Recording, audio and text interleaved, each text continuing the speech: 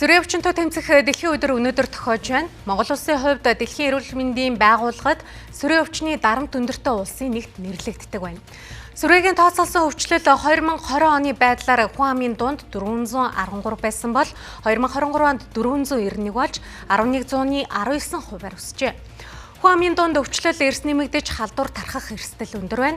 Монгол улсад 2023 онд 328 хүн, 2024 онд 415 хүн энэ өвчний улмаас нас оржээ.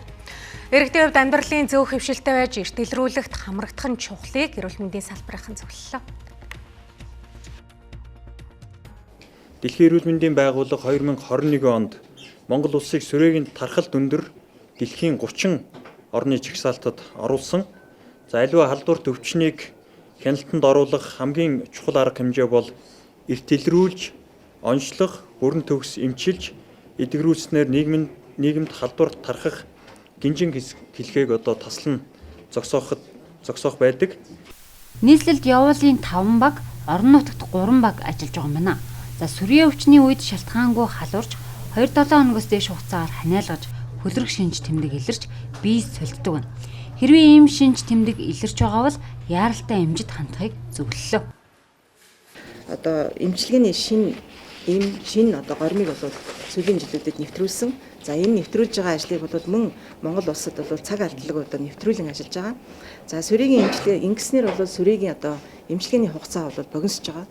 Хуучин эмэнд мэдрэх сүрээг 6-9 сар эмчилдэг байсан бол энэ шин эмийн гормыг нэвтрүүлснээр эмэнд мэдрэх сүрээгийн эмчилгээ 4-6 сарын хугацаанд эмчлэгдэх юм боломж бүрдэж байгаа юм. Сүрээтэй тэмцэх дэлхийн өдрийг тохиолдуулан Дэлхийн эрүүл мэндийн байгууллага Монгол улсад дараах чиглэлээр шуурхай арга хэмжээ авахыг уриалж байна. Эрүүл мэндийн анхан шатны үйлчилгээг бэхжүүлэн сүрээгийн тусламж үйлчилгээг өдөр тутмын тусламж үйлчилгээнд нэгтгэснээр эрт илрүүлж цаг алдалгүй эмчлэх боломж улам бүрдэнэ.